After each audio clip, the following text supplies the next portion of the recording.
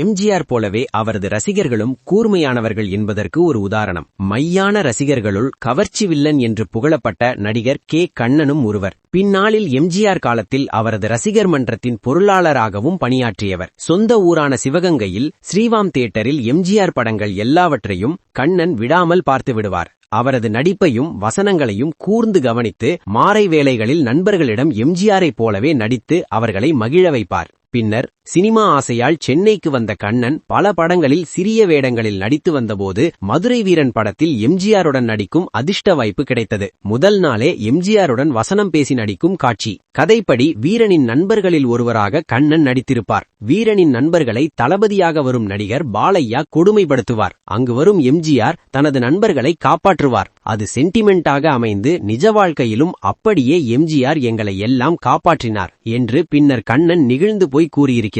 அடுத்து என்ன நடந்தது என்பதை அடுத்த பகுதியில் பார்க்கலாம். காத்திருங்கள்.